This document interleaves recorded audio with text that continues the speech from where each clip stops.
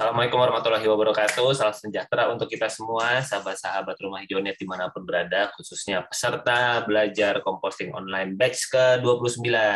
Selamat datang di program Kulzum, bagian rangkaian dari program belajar composting online setelah kita menjalani beberapa follow-up dan sekarang adalah waktunya Kulzum. Perkenalkan kembali, saya Andito, founder dari Rumah Hijaunet, sebuah platform untuk belajar composting dan urban farming yang memang menyasar ke rumah tangga dan keluarga, perorangan personal, karena saya meyakini sepenuhnya bahwa di dalam hal pengolahan sampah, pemilahan sampah, yang perlu dikuatkan adalah secara kepribadian, secara personal, di mana itulah yang akan membuat program ini atau perjalanan ini lebih sustainable. Karena itu saya mengucapkan terima kasih banyak buat sahabat-sahabat semua yang sudah ikutan di belajar composting online batch ke-29 ini. Aplaus dulu dong buat teman-teman semua yang walaupun ketika Kulzum ini dimulai sudah sekitar 15 menit setelah pukul 11 ternyata belum ada yang hadir, maka saya akan langsung take rekaman sambil menunggu, kali aja ada teman-teman yang akan datang dan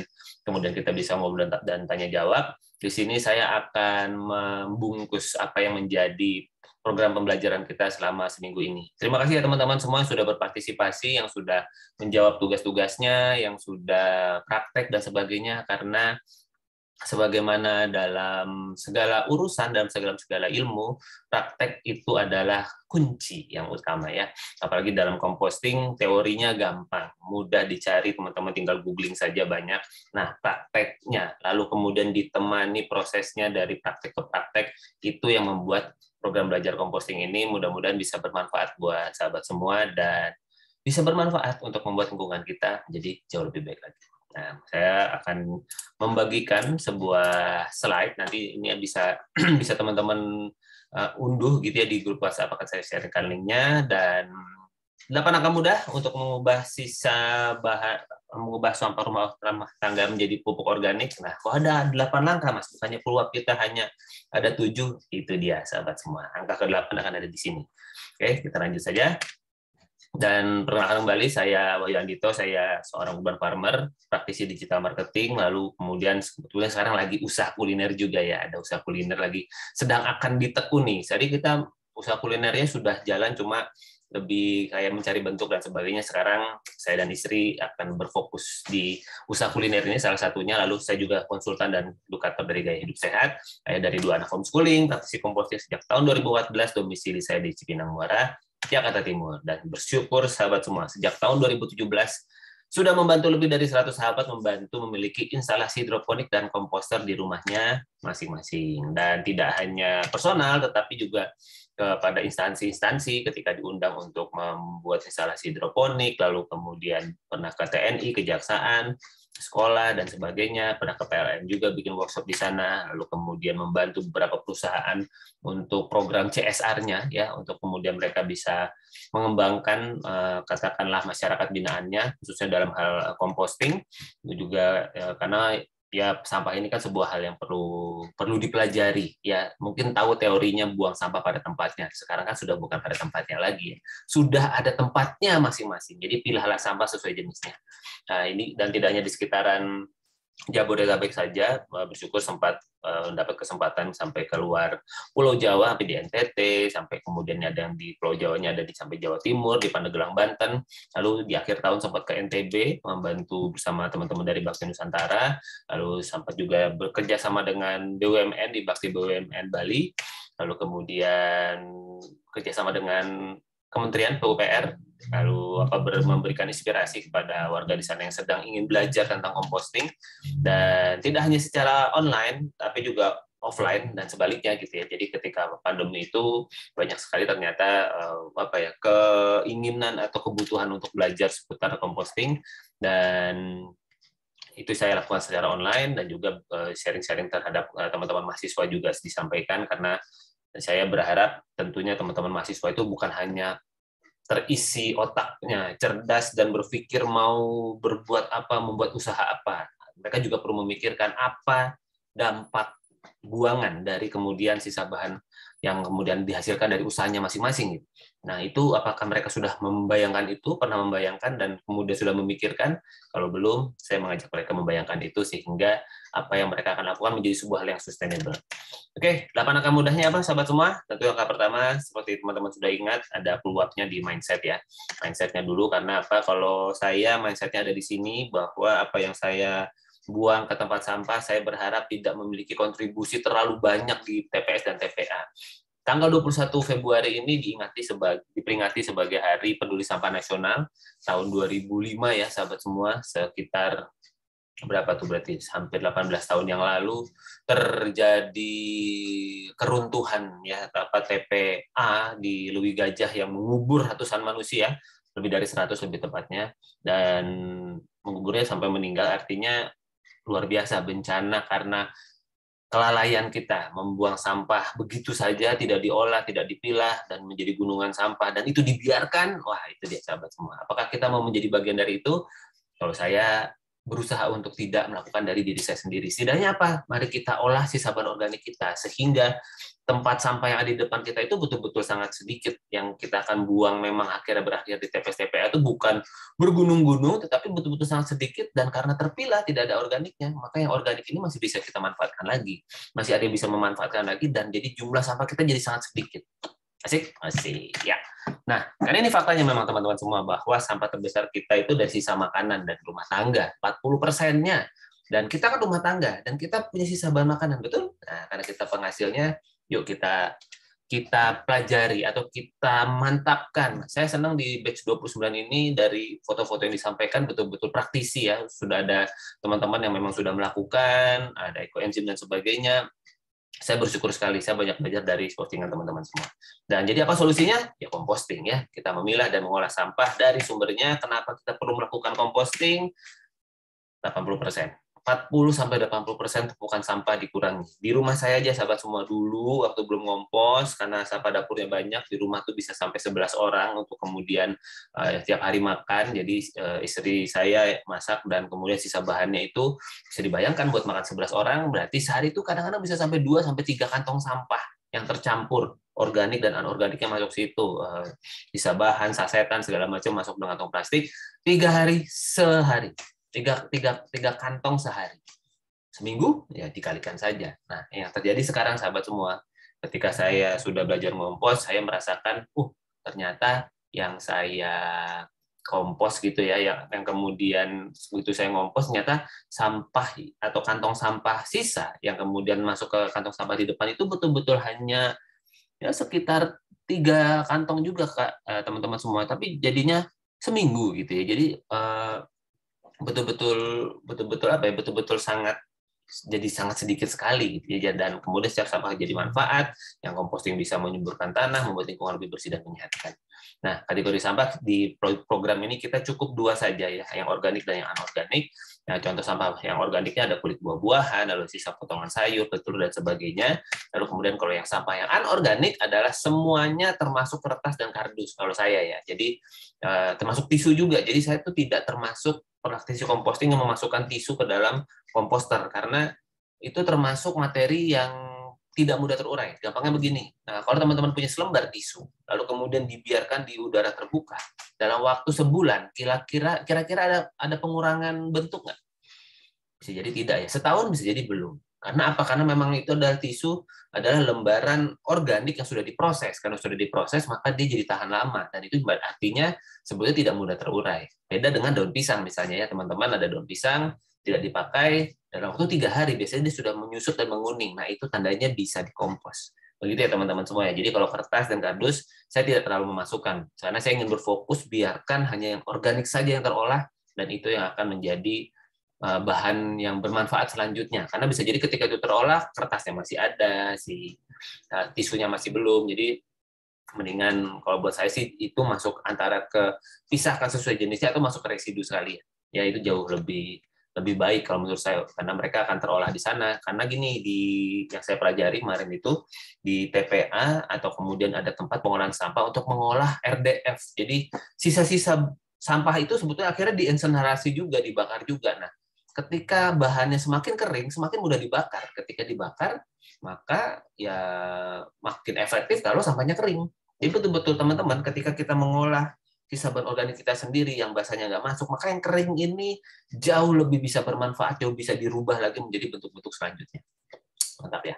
Oke, prinsip 3R teman-teman semua, saya ingin mengajak teman-teman semua untuk kemudian yuk kita kurangi, kita guna ulang, dan kita pakai ulang. Nah, sebetulnya saya ingin menekankan di reduce-nya dulu. Jadi kita gimana caranya ngurangin sampah, dan salah satu yang saya ingin ajak ke teman-teman semua sebagai sahabat belajar composting adalah yuk kita ngurangin pemakaian plastik kalau kita lagi pergi ke pasar, terutama plastik-plastik yang sekali pakai. Saya sampai hari ini pun juga bukan berarti free 100% menolak gitu, saya nggak mau kok nggak pakai plastik. Saya ternyata bukan tipe yang seperti itu teman-temannya. Saya tipe praktikal, yang penting niatnya adalah mengurangi. Ketika kita berangkat dari rumah dengan membawa katakanlah 4-5 wadah berkali pakai, karena kita tahu kita akan beli daging, kita akan beli tahu, kita akan beli ikan dan sebagainya, itu saja sudah cukup. Artinya apa? Kita sudah mengurangi. Katakanlah kalau kita nggak bawa wadah-wadah itu, berarti kita akan mengeluarkan 5 kantong sampah yang pasti dibuang. Setuju? Setuju. Masa ada yang pakai plastik bekas tahu lagi, masih ada yang pakai plastik bekas daging lagi? Ya, saya rasa tidak. Pasti tidak mudah mencuci itu, effort dan sebagainya. Ya, sekali 2 kali oke lah. Tetapi kalau kemudian beberapa kali dilakukan terus-menerus, rasanya tidak akan menjadi hal yang konsisten. Sebentar ya, saya jawab dulu. Ini ada Kak Sarifah bertanya. Oke. Kalau misalkan Kak Mila datang lumayan ya, jadi ada teman buat mungkin ngobrol diskusi. Jadi teman-teman juga kita reduce, kita mengurangi, dan kalau memang teman-teman memakai kantong plastik, pastikan kantong plastiknya bisa dipakai ulang sehingga kategori reuse-nya itu tetap masuk ya. Jadi bukan hanya sekali pakai, oke? Nah, karena setelah sampah kering dipilah, banyak sekali yang bisa kita manfaatkan. Lalu kemudian teman-teman kalau punya bank sampah atau ada bank sampah yang terdekat atau butuh informasi bank sampah, bisa kontak saya sehingga sampah anorganik Anda bisa kemudian bermanfaat, bisa ditampung ya. Tentu kalau dari sisi nilai katakanlah uangnya mungkin tidak terlalu besar, tetapi dia setidaknya ada jalurnya yang kemudian dia akan berubah menjadi sesuatu yang lebih baru, lebih baik. Kardus bisa jadi kardus lagi, kertas bisa jadi kertas lagi, botol bisa jadi plastik lagi, dan bisa menjadi hal-hal yang bermanfaat. Jadi kita jadi nilai ekologinya itu jauh lebih besar daripada nilai finansialnya sebetulnya. Yang sebetulnya nanti kalau dikonek-konekkan, ya dampaknya akan lebih menguntungkan secara finansial juga. Jadi kita lingkungan lebih bersih, lebih sehat, kitanya juga lebih bahagia dan sebagainya. Jadi untuk perawatan diri jadi lebih meredah harga finansialnya, kan mencegah lebih baik daripada mengobati ya sahabat semua. Kalau kita berolahraga terlihat effort di depan, tetapi begitu kita sakit, minum obat, bahkan masuk rumah sakit ICU dan sebagainya, harganya luar biasa besar gitu. Jadi kita lakukan pencegahan, fokus di pencegahan, baik mencegah untuk gaya hidup sehat kita maupun dalam gaya hidup mengelola sampah kita. Gitu ya teman-teman semua. Dan ini ada beberapa aplikasi pendukung gerakan minim sampah yang kemudian bisa dicoba, diakses. Ini salah satu yang saya senang gitu ya, si siklus ini, karena saya bisa ngisi minyak goreng, sabun cuci piring, sabun buat mesin cuci, itu pakai wadah-wadah yang ada di rumah saya. Jadi ini botol minyak goreng semua, tapi isinya udah macam-macam gitu. Jadi saya bisa reduce ya, bisa mengurangi katakanlah sampah anorganik yang kemudian ada yang saya hasilkan setiap harinya. Oke. Sebentar. Ini sepertinya Kak Mila sudah bergabung ya di sini. Halo Kak Mila, terima kasih sudah ikut bergabung, dan ini nanti slide-nya dan presentasinya nanti bisa didengarkan dari awal. Kebetulan mungkin di batch 29 ini jam 11 hari Sabtu, hari kritis gitu ya. Nah, semuanya lagi ada kegiatan dan bagus sekali. Nggak apa-apa, teman-teman semua ini juga mencari jadwal yang dapat semua, kan memang saya tidak dapat. Syukurnya di dalam dunia online apa bisa kita rekam, dan kemudian teman-teman bisa nonton di waktu kemudian, dan kemudian kita bisa diskusi di grup WhatsApp untuk kalau ada hal-hal yang mau ditanyakan. Oke, saya lanjut dulu ya Kamila ya. Oke, nah ini kemudian juga kalau di sekitaran Jakarta ada armada kemasan yang bisa mengambil bahkan sampai plastik saset pun juga mereka bisa ambil, karena mereka sudah tahu akan diolah menjadi apa. Ada duitin yang bisa ngambil popok dan sebagainya.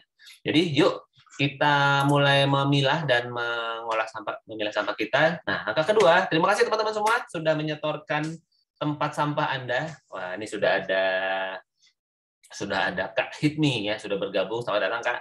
Nah ini ini adalah sebuah hal yang sangat basic, yang terlihatnya sederhana tetapi amat sangat penting buat melakukan perjalanan ke depannya. Jadi terima kasih teman-teman yang sudah berbagi, dan tentu saja saya mengingatkan kembali bahwa wadah yang bentuknya tertutup bisa dicuci, itulah yang sangat direkomendasikan untuk sampah organik, karena itu adalah sesuatu yang akan kita lakukan terus-menerus. Di rumah saya itu ya saya punya katakanlah wadah mungkin udah 6 tahun, udah belel, udah compang-camping, ya selama masih dipakai saya pakai aja terus gitu, karena kan tujuannya reduce gitu ya teman-teman semua. Oke, nah ketika tentukan metode composting, terima kasih teman-teman semua yang sudah praktisi, ternyata sudah punya ember tumpuk, sudah pernah kompos pot, sudah melakukan ekoenzim, sangat luar biasa. Terima kasih banyak karena sudah melakukan composting sebelumnya. Jadi mudah-mudahan apa yang dipelajari di program belajar ini teman-teman bisa dapat manfaatnya, bisa diambil yang baik-baiknya, dan tentunya yang asik kan berkomunitasnya ya. Kita jadi punya teman-teman yang satu frekuensi, satu komunitas yang kemudian sama-sama mau memilah dan mengolah sampah. Nah, metode-metode composting saya ingatkan lagi, ada lubang organik yang paling sederhana, ada biopori yang sedikit perlu effort untuk membuat peralatannya, lalu ada komposter, tentu teman-teman perlu melakukan katakanlah modifikasi tong atau mencari, lalu kemudian ada kompos pot ya. Kompos pot itu yang sebetulnya paling simpel, modalnya tanah dan pot saja, tumpuk-tumpuk saja antara sampah dan tanah gitu ya, tanah sisa organik, tanah lagi, bisa 3-4 tumpuk bikin saja, dan itu sudah sangat baik sekali.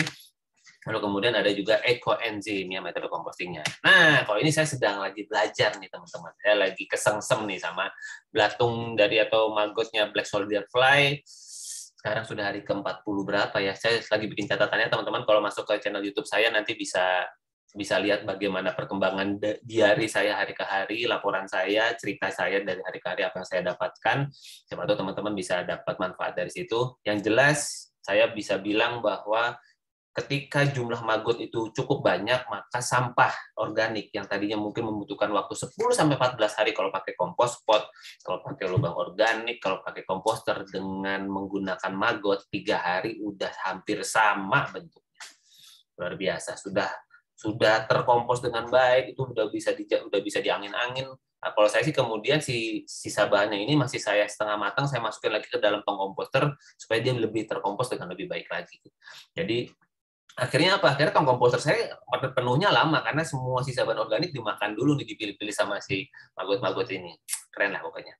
Oke, silakan teman-teman yang mau ibadah sholat sangat dipersilakan. Pokoknya saya masih teruskan dulu. Nanti kita bisa kembali lagi untuk kemudian melanjutkan diskusi. Kalau masih ketemu ya, kalau enggak kita bisa diskusi di grup WhatsApp. Oke, next kita akan ada membuat mall di langkah keempatnya. Terima kasih teman-teman yang sudah melakukan proses pembuatan mol menggunakan air berasnya, dan ini adalah materi yang sangat dekat ya tentunya.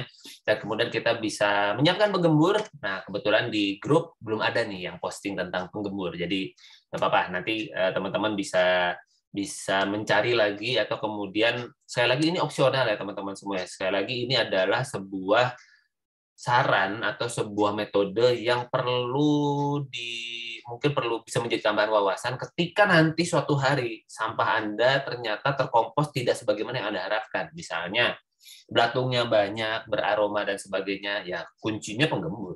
Digemburkan sisa bahan organiknya, maka dia akan menjadi jauh lebih baik. Prosesnya ya, kurang lebih seperti itu. Nah, yang keenam, mencacah sampah. Terima kasih teman-teman yang sudah menyetorkan cacahan sampahnya. Bagus sekali, artinya sebetulnya kalau nyacah sampah ya kita lama-lama akan mengenal ada jenis-jenis sampah yang sebetulnya nggak dicacah terlalu halus pun nanti dia akan terkompos dengan baik, tapi ada jenis-jenis sampah yang sisa bahan yang kemudian kalau dia tidak dicacah dengan cukup baik maka dia akan mengganggu teksturnya. Nah, seperti apa misalnya daun pisang, bonggol jagung, itu kalau saya mencacahnya cukup agak sedikit lebih tipis gitu ya, daripada kemudian sisa bahan organik yang lain, kayak kulit pisang ya saya cacah secukupnya saja. Kayak di sini misalnya ada apel tuh saya bagi 4 saja, ukuran begini sudah cukup karena dia pasti sangat langsung menyusut dan menghilang gitu ya. Nah, langkah ke-7 saatnya composting. Yang ini belum ada yang menyetorkan ya, bagaimana foto dari awal pemilahan, lalu kemudian dicacah, diberikan penggembur, masuk ke proses composting yang Anda pilih. Belum ada yang menyetorkan, tidak apa-apa teman-teman semua, kita masih punya waktu 4 minggu ke depan untuk kemudian kita sharing-sharing seputar composting. Oke, sedikit cerita dari saya belajar berawal dari composting itu di tahun 2014. Ini mentor saya Mbak Udayanti yang kemudian datang membawakan komposter yang sampai hari ini masih saya pakai itu komposter. Dan saya juga mencacah sampahnya, lalu kemudian saya memberikan mikroba juga ke sana. Waktu itu mikrobanya bentuknya serbuk, sehingga apa ya, ya kalau habis nyari lagi. Nah, ternyata bisa kita substitusi dengan air cucian beras dan gula yang kemudian ternyata memiliki efek yang buat saya tidak jauh berbeda, bahkan lebih asik karena apa? Kita punya bahannya setiap hari.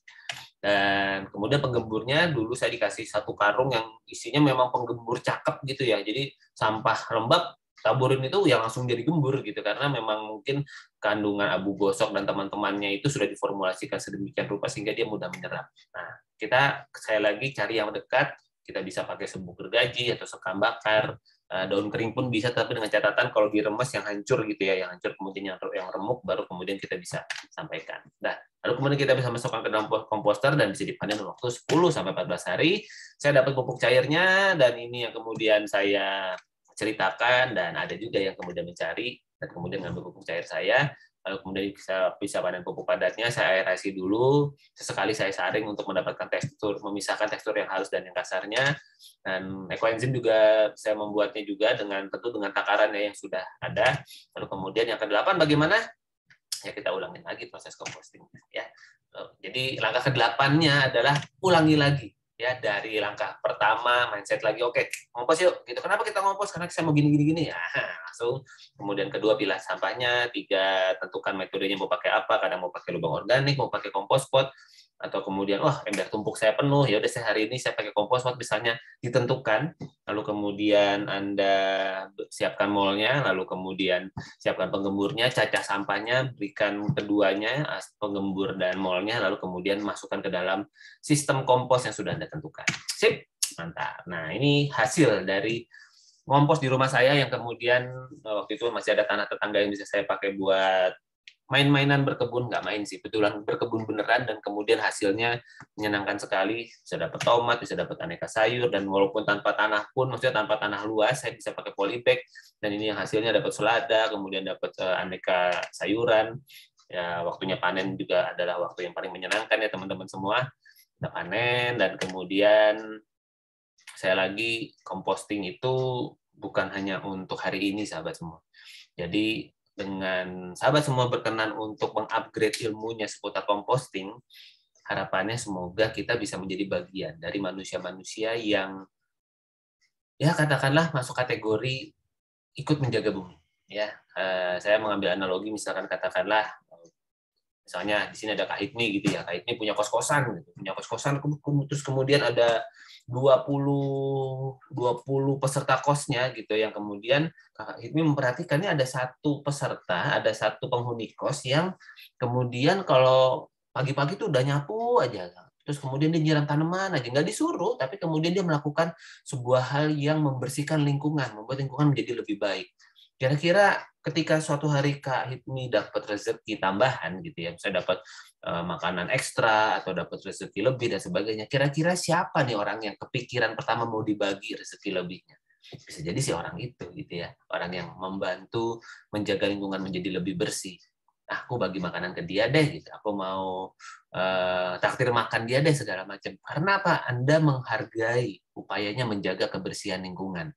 Nah, kita kan tinggal di bumi ciptaannya Tuhan yang Maha Kuasa, Allah Subhanahu wa taala, yang kemudian kira-kira ketika ada seorang hamba dengan ketulusan niat mau menjaga lingkungan, memilah sampahnya, mengolahnya sendiri supaya kemudian tumpukan sampah tidak bertambah, saya rasa bisa jadi ya kita akan mendapatkan, mudah-mudahan mendapatkan menjadi bagian dari orang-orang yang mendapatkan rezeki yang baik. Tentu kesehatan adalah rezeki yang paling luar biasa sebenarnya ya. Kita dikaruniai kesehatan dan kebahagiaan sehingga apa-apa yang kita lakukan mendapatkan keberkahan dari Tuhan, dan itu yang menjadi pemudah segala urusan kita, baik urusan kita maupun keluarga kita, anak-anak kita di kemudian hari.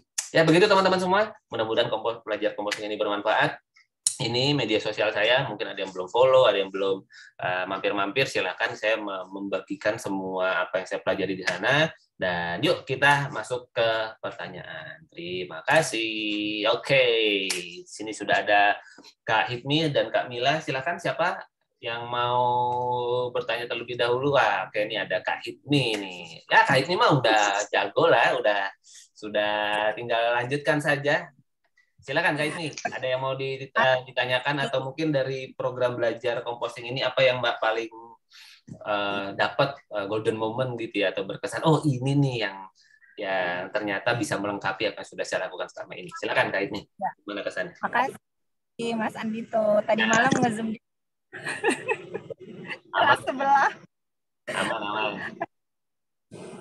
Yang pertama, ketika saya melihat grup, jumlah kita hanya 2 orang. Betul. Oh, real belajar gitu. Jadi siapa yang mau belajar, siapa yang mau minat, ya berapapun orangnya, ya kita bergerak gitu. Itu insight pertama. Dan hari ini kita hanya bertiga gitu. Betul. Oke, kita jalan. Jadi maksudnya cuma sendiri Kak di awal, nggak apa-apa, jalan dulu aja. Gitu. Nggak perlu nunggu gitu. Nggak perlu pesertanya lengkap. Ya, itu ternyata compostingnya untuk hari ini. Dan ternyata memang sudah mulai aktif dengan ekoenzim itu sudah sejak setahun lalu. Mantap. Tapi tahu gitu, composting itu banyak caranya gitu. Ada yang compost pot, ada kalau ini saya tahu tapi saya belum pernah melakukan seperti itu. Terus membuat mall, nah ini baru gitu. Taunya saya composting itu ya taruh aja. Saya nggak menaruhkan penggembur apa namanya? Iya, penggembur Kak. Iya, taruhkan penggembur, saya nggak taruhin tanah, saya nggak taruhin mall. Pokoknya tumplek aja tuh di ember tumpuk yang saya punya. Oke, hasilnya gimana Kak? Ketika ditumpuk aja, apa gimana hasil komposnya? Oke, mantap atau buka, bahkan kulit durian pun saya masukin tuh di ember. Oke, mantap itu. Ya banyak belatung kan? Belatung. Nah, saya juga bau aromanya gimana? Aromanya nggak sedap. Saya pikir belatung salonnya maggot, ternyata bukan. Mungkin iya, tapi nggak semuanya. Karena kan terbuka ya, jadi berbagai lalat juga yang kemudian akan masuk situ ya. Tahu ada cara dengan maggot, saya pikir belatung itu adalah calon maggot, tapi ternyata bukan. Nggak semuanya. Kemudian saya nggak mengurus lagi, itu ember tumpuk saya nggak pernah mengurus, hingga kemarin dia tumpah. Gitu. Tumpah sudah tumpah, cairan hitam kan bertumpuk ya? Cairan hitam yang di ember bawah itu keluar semua, ya bau got lah. Oke. Dan itu bau got. Composting saya ini kayaknya kurang bener deh, pasti ada yang kurang bener. Nah, dari belajar di sini sama Mas Wahyu, jadi harus dibenerin dengan tahapannya seperti itu. Saya dapat tapi apa ya? Pokoknya setelah saya tumpuk itu ternyata setelah saya buka di ember bagian atas itu ada seperti tanah ya. Hitam banget gitu, hitam banget.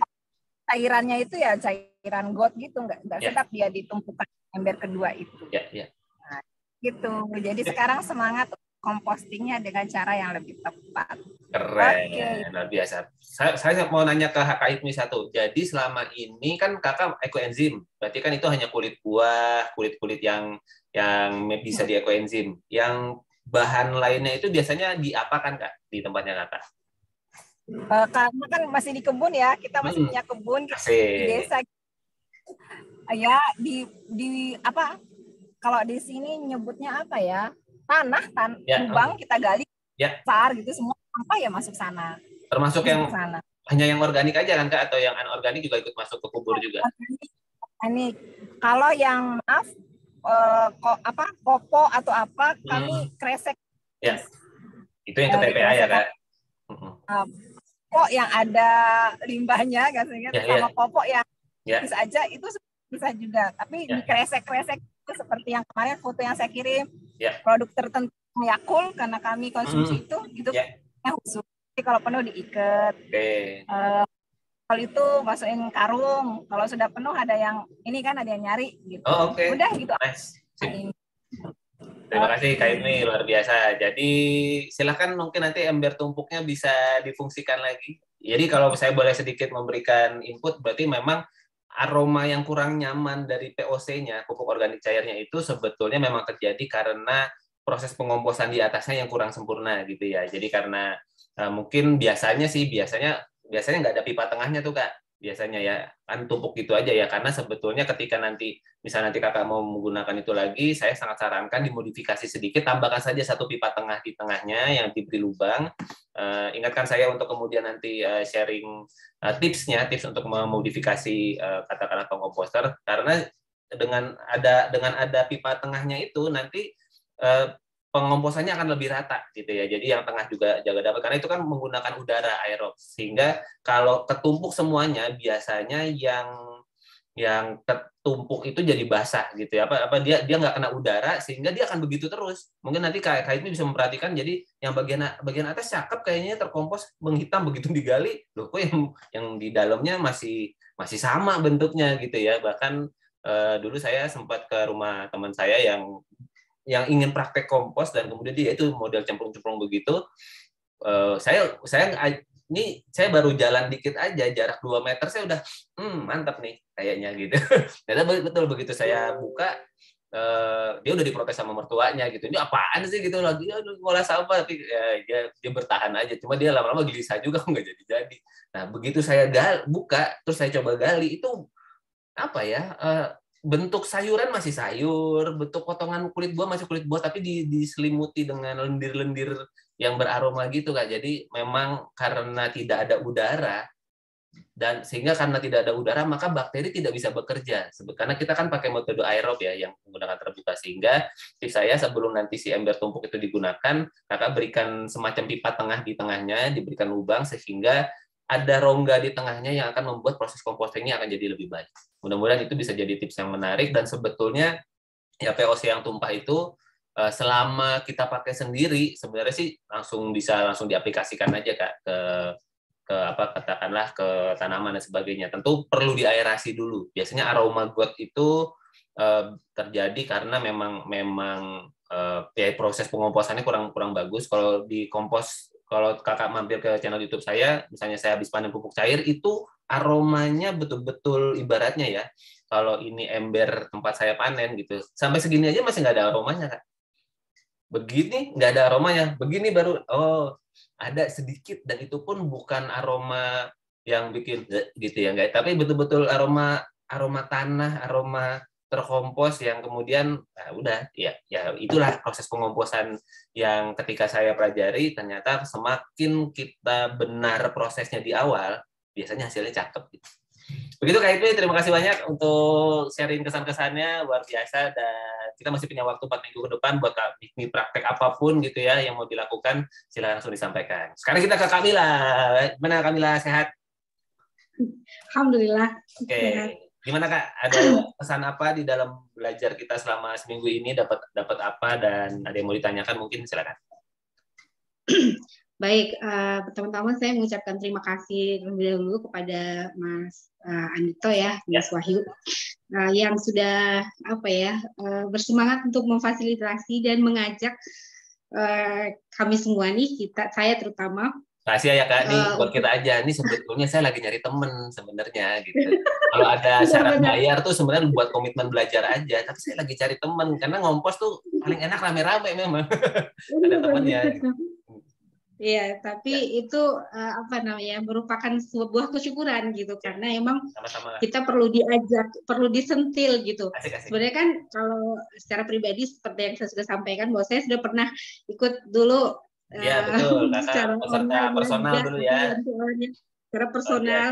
Tapi ya begitulah, karena memang yang paling berat untuk merubah itu adalah habit ya, kebiasaan gitu.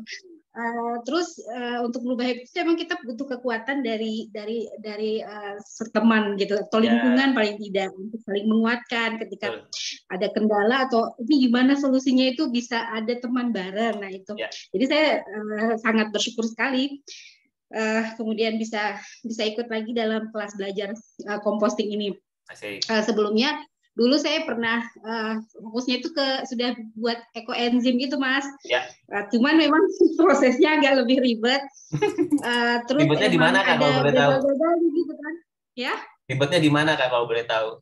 Ribet milahnya, ribet nimbangnya, apa ribet apanya? Ya, milahnya. Terus kan punya pakai botol-botol kecil, jadi kadang-kadang itu agak ribet juga mencacah-cacah. Terus ada anak-anak tuh dihambur lagi ya, kayak gitu. Mantap lah sudah. Terus kadang-kadang lupa membuka tutup botolnya, jadi meledak gitu ya. Ya, jadi seperti itu. Sempat beberapa kali buat, kemudian akhirnya ya begitulah berhenti, Masya Allah. Ya. Itulah kelemahan saya tuh tidak bisa konsisten gitu. Ya, kemudian mungkin Kak. memang kalau di rumah itu belum menjadi support system ya, seluruh anggota keluarga itu juga merupakan PR buat saya. Ya. Jadi dalam belajar kali ini saya pengen sejak awal juga sudah melibatkan seluruh anggota keluarga, karena kadang-kadang di situ tuh udah memilah sampahnya, tiba-tiba loh kok ini ada sampah organik di antara tengah plastik, ternyata anak-anak tuh membuang kayak gitu, atau ada anggota keluarga lain datang yang sudah memang belum paham kayak gitu. Betul. Saya pengen mungkin dari saya dulu untuk lebih memahami dulu tahapan-tahapannya ini, kemudian mindset mungkin yang seperti dari awal Mas Wahyu juga pijakan awalnya itu dalam mindset memang sehingga bisa melihat itu lebih lebih utuh gitu, bahwa ini pekerjaannya adalah sebuah tanggung jawab gitu sebagai apalagi terutama Muslim ya. Tentu saja itu tanggung jawab sebagai khalifah, sebagai pengatur amanah yang diberikan amanah oleh Allah untuk mengatur bumi ini, ya itu tanggung jawab yang secara keimanan tuh kalau ini abai, bagaimana saya berhadapan kelak di hadapan Allah untuk mempertanggungjawabkan ini itu. Nah, itu mindset. Jadi PR saya juga untuk bukan sekedar saya, tapi memang seluruh orang-orang atau di lingkaran diri saya gitu, keluarga inti, kemudian mungkin teman-teman anak-anak saya kayak gitu. Jadi ketika ada sedang ada di rumah gitu, mereka udah paham dengan pembelajaran yang sedang kami coba untuk upayakan gitu, untuk menjadi habitnya. Ini belum bisa jadi habit, Mas. Luar biasa. Berat banget. Iya. Nah, kemudian saya terus terang dari video-video pembelajaran yang sudah dikirim itu memang belum tuntas semua saya pelajari. Jadi emang ini memang harus ada tahapannya yang benar, ada urutannya gitu. Jadi kalau kemarin itu kan langsung ini mana dulu, tiba-tiba harus memang harus ada tahapannya, karena kan kalau kemarin saya akhirnya pengen belajar tuh fokusnya pengennya tuh ke komposter, Mas. Cuman emang harus ada medianya kan yang tersedia gitu. Tapi mungkin yang lebih memungkinkan karena masih ada lahan di sekitar rumah, maka mungkin yang lebih awal itu lubang organik. Cuman memang karena tadi saya bilang bahwa saya belum selesai mempelajari video pembelajaran. Jadi banyak hal-hal tuh yang langsung pengen saya tanya, mungkin jangan-jangan ada di video nih, jadi mau nanya di grup, tunggu dulu. Tapi nggak tuntas-tuntas menonton videonya. Nah, untuk lubang itu sendiri, Mas, saya mau nanyakan, ini Balikpapan ini sekarang musimnya itu nggak menentu, jadi tapi lebih banyak hujan gitu. Jadi kadang-kadang panas, kemudian hujan. Jadi itu apakah lubang itu bisa dibiarkan begitu saja dengan air hujan gitu loh, dengan keadaan yang sekarang curah hujannya tinggi? Itu bagaimana? Mungkin pertanyaan pertama itu. Ada pertanyaan berikutnya sih. Terima kasih Kak Mila. Sebelumnya saya aplaus dulu lah buat Kak Mila yang riset ya istilahnya ya, belajar lagi, dan terima kasih, mudah-mudahan di riset kedua ini jadi lebih seru karena rame-rame belajarnya ya Kak Mila ya, jadi banyak temannya. Nah, sebelum saya menjawab ke yang lubang organik, saya permisi memberikan sedikit tips mengenai tadi mengajak keluarga itu ya Kak. Saya dengan rendah hati menyatakan bahwa bisa dibilang keluarga saya itu mungkin baru katakanlah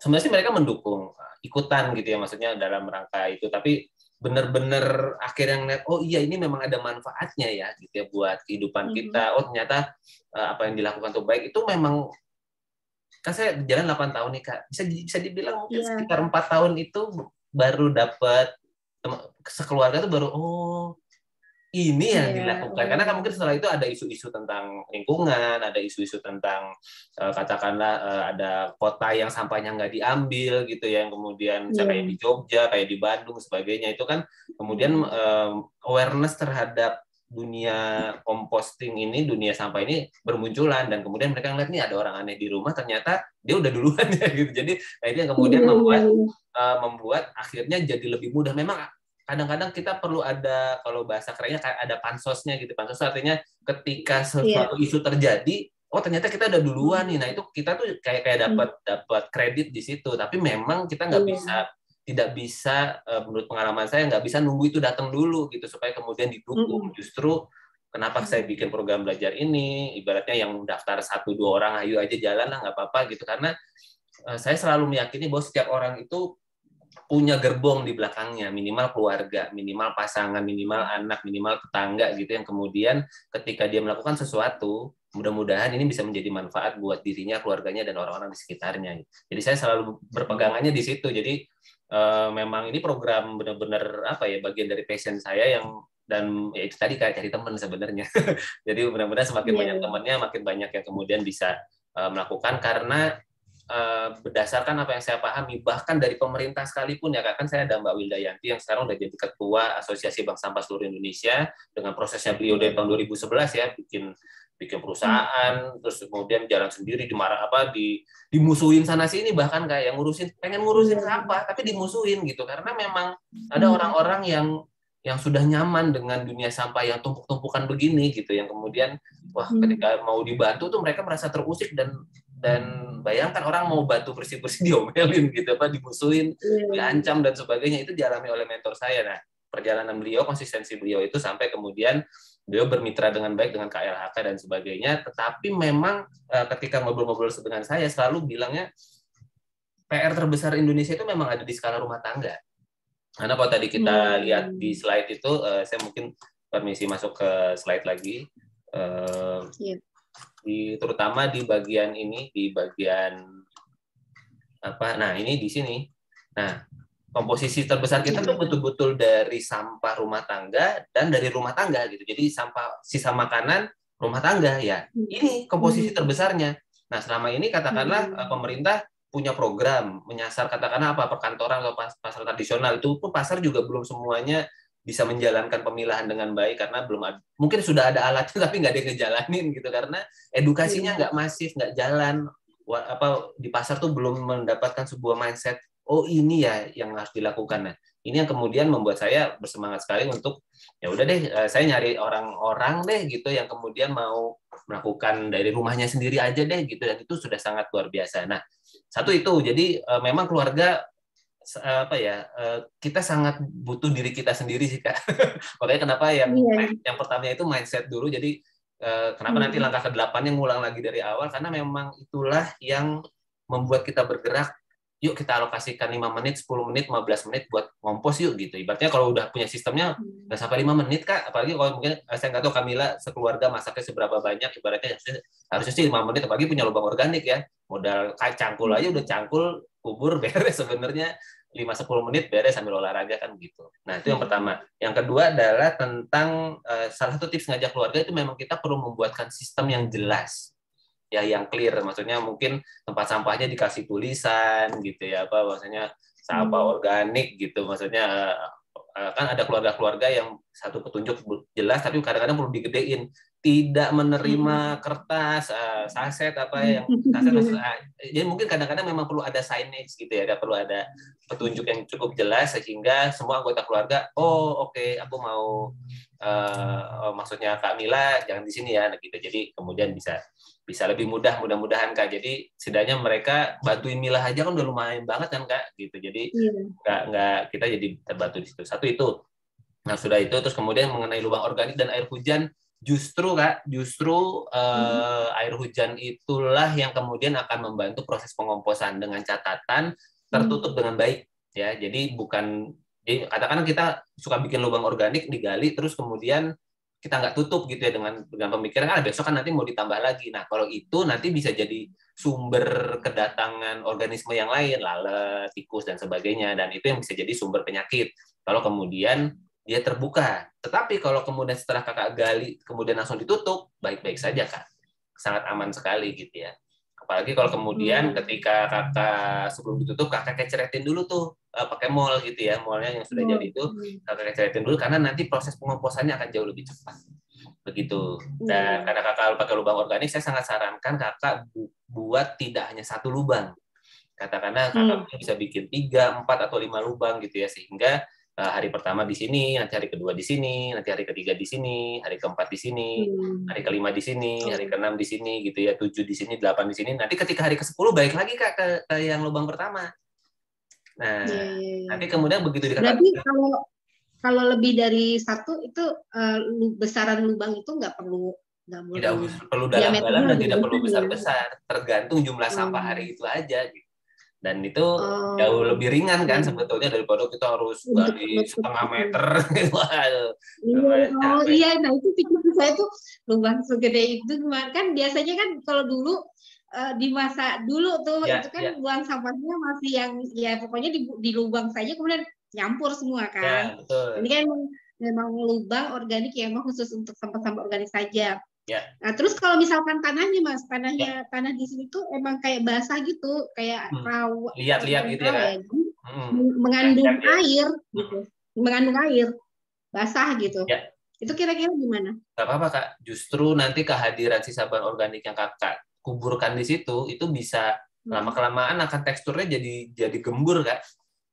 Katakanlah mungkin nanti coba difotokan ya tanahnya seperti apa ketika kering dan ketika basah. Jadi kadang-kadang kita jadi bisa melihat memang ada jenis-jenis tanah yang bisa kayak tanah merah gitu ya. Itu kan tanah merah itu kering ketika panas, tapi ketika basah tuh lengket, selengket-lengketnya gitu. Nah, itu biasanya jenis-jenis tanah yang tanahnya sebenarnya tidak mudah digali, tetapi ketika kita berhasil menggali secukupnya saja, terus kemudian yang penting sampah tuh ketutup gitu ya, rapet gitu ya, nggak kelihatan lagi sampahnya, itu saja sudah cukup baik. Dan nanti kakak bisa lihat prosesnya dalam waktu katakanlah apalagi kemudian ketika kakak bikin lubang satu di sini gitu ya, artinya jaraknya nggak terlalu jauh, itu akan terjadi sebuah perkembangan yang menarik ya, karena ini kan ada rongga, begitu ada rongga ada organisme bekerja, biasanya di sini nanti akan mengundang cacing-cacing tanah dan sebagainya. Nah ini ya nanti menyuburkan nih Kak tanah-tanah di sekitar situnya gitu, nanti dia tiba-tiba kakak akan punya satu area. Apalagi kalau misalnya 10 lubang ini dalam satu area yang sama ya, misalnya apakah setengah meter kali setengah meter gitu, atau yang kemudian 1 meter kali 1 meter yang kemudian memang kakak alokasikan buat ngompos di situ. Wah itu nanti seru tuh Kak, karena saya pengalamannya begitu di tanah tetangga saya itu. Jadi saya ketika saya lagi nggak ngompos secara komposter karena satu dan lain hal, saya taruh sisa bahan organik saya di sana, itu saya jadi kayak punya kotak isinya tuh udah aneka benih bertumbuhan gitu, ada cabai lah, ada mangga lah, kemudian bahkan bayam gitu ya. Jadi ada ini bayam dari mana tumbuh gitu, tapi kemudian ada bayam ya, sampah-sampah organik itu ya. Betul Kak, dan itu benar-benar dari sisa bahan organik gitu. Jadi tanah itu yang tadinya kalau tanah sebelah tetangga kan tanah urukan, jadi puing-puing gitu ya, itu aja jadi gitu. Wah luar biasa nih, lah ini udah mainkan lah buat teman-teman yang punya lubang organik, selamat menikmati mumpung Anda punya tanah, karena ada teman-teman yang belajar composting tinggalnya di apartemen. Lain lagi tuh treatmentnya, lain lagi solusinya gitu. Tapi buat kakak selamat Kak, lanjutkan lubang organiknya. Kita masih punya waktu sekitar 5 menit, silakan Kak Mila, apalagi yang mau diobrolkan. Itu berkaitan dengan sampah organik itu kan kadang-kadang tuh banyak sisa-sisa masakan makanan basi itu loh, itu aman nggak untuk dimasukkan ke dalam lubang organik? Sangat aman kan. Tulang belulang, tulang ikan. Aman, sangat aman. Oh iya bisa ya? Justru bisa. Keren. Oh iya. Justru saya kira tuh yang makanan-makanan itu bekas sisa makanan tuh nggak boleh karena akan menjadikan belatung itu loh. Ya belatung itu bahkan nggak, yang bukan sisa aja dia muncul Kak. Oh, ibaratnya kakak karena saya pernah kejadian, saya buka salak gitu ya, salak masih utuh gitu, terus begitu saya buka, loh kok ada belatung di tengah gitu. Di situ saya berkesimpulan bahwa belatung itu ya dia bisa masuk lewat mana saja dan dia tidak perlu makanan yang jelek. Ibaratnya sisa busuk dan sebagainya. Dia bahkan makanan seger aja bisa ada belatungnya gitu. Artinya apa? Mereka memang organisme pengurai gitu. Tentu mungkin belatung itu hadir karena memang di tengahnya sudah mulai ada kebusukan ya. Memang si salaknya tengahnya sudah mulai lembek, mulai busuk. Tapi kok bisa ada belatung di dalam salak saya gitu. Di situ saya berkesimpulan, oke, belatung bukan domainnya protein hewani saja gitu ya, yang katakanlah apa jangan tulang ayam apa segala macam nanti jadi bau dan berbelatung. Mungkin lebih berbelatung, lebih bau karena mereka memang favoritnya di sana. Tapi bukan berarti sayuran, buah-buahan, sisa-sisa itu tidak dibelatungi gitu. Mereka bisa aja memakan itu juga. Gitu kan. Jadi sikat aja semuanya. Kan saya lagi goal utamanya kalau saya boleh berbagi apa yang menjadi mindset saya adalah kita tidak melepaskan sisa bahan organik kita ke TPS atau TPA gitu ya, ke tempat yang lain. Pokoknya semua yang organik habis di rumah kita lah gitu, supaya kemudian yang kering-kering biar teman-teman yang lain yang ngurus gitu. Ibaratnya bahkan sampah kering saja ibaratnya mau dibakar, jauh lebih gampang membakar sampah yang nggak ada sisa bahan organiknya. Ibaratnya ya kalau mau lebih cepat, kurang lebih begitu. Iya. Terus kalau misalkan minyak jelantah, itu berarti kumpulin. Bisa juga masuk. Ya sebetulnya tidak disarankan masuk ke tanah ataupun pembuangan ya Kak. Itu lebih baik dikumpulkan, lalu kemudian nanti dicari siapa yang bisa mengolah itu. Sebetulnya kalau menurut saya. Sebaiknya tidak dimasukkan ya ke dalam lubang organik itu ya. Tidak disarankan. Karena dia tidak mudah. Dia bukan air ya. Apalagi dia ya memang sifatnya minyak, dia malah akan membuat nanti organisme yang lain tidak bisa bekerja dengan baik. Sebetulnya sih lebih kayak itu. Jadi mendingan kita simpan di sebuah wadah, cari informasi siapa yang bisa mengolah jelantahnya. Kalau kemudian memang tidak bisa, sebetulnya ada tips yang selanjutnya, yaitu memang mengalokasikan satu lubang khusus buat menaruh si minyak jelantah itu. Bisa begitu. Tapi kalau nggak ada pihak lain yang bisa dimanfaatkan ya mengolah gitu ya. Betul. Kan itu sebetulnya bisa jadi minyak bakar Kak, bisa jadi minyak bakar lagi, bisa jadi sabun lagi. Sabun ya, benar sih ada ke situ.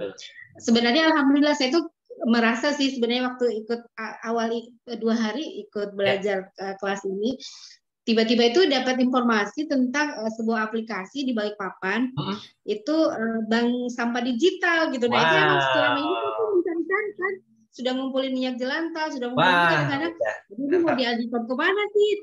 Alhamdulillah ini kayak klik banget ya, kayaknya memang diberikan Allah kemudahan gitu untuk belajar ini. Begitu ini kan kadang-kadang tuh solusinya ini siapa yang mau ngambil nih yang sudah dikumpulkan, kadang-kadang kayak gitu kan. Alhamdulillah, tapi saya belum kontak langsung, tapi sudah ada informasi yang menggembirakan itu, jadi saya udah kebayang, wah ini memang kayaknya memang sudah jalannya bahwa Allah memberikan kesempatan untuk belajar lagi dan memang sudah langsung didatangkan gitu kebutuhannya. Keren Kak, keren. Alhamdulillah. Ya. Jadi insya Allah mudah-mudahan saya akan ke depan ini masih mempersiapkan semua Mas, masih benar-benar saya tahapan demi tahapan itu saya akan pelajarin terus. Emang cuman karena namanya mama waktu untuk menonton video pembelajaran itu nggak bisa tuntas, jadi kadang tuh mau bertanya, aduh jangan ada di video ya kayak gitu, nanya sama Mas. Nggak apa-apa Kak, tanya aja, nanti nonton videonya buat menguatkan, nggak apa-apa Kak, tanya dulu aja. Iya. Baik Kak Bella, terima kasih banyak nih karena ada satu lagi. Kalau begitu Kakak klik lagi link yang tadi ya, berarti kita tambah satu sesi lagi. Ya, karena ini masih pakai yang free, sebentar lagi kita akan terputus, kita masuk ke sesi kedua. Tapi ketemu Kak. Baik.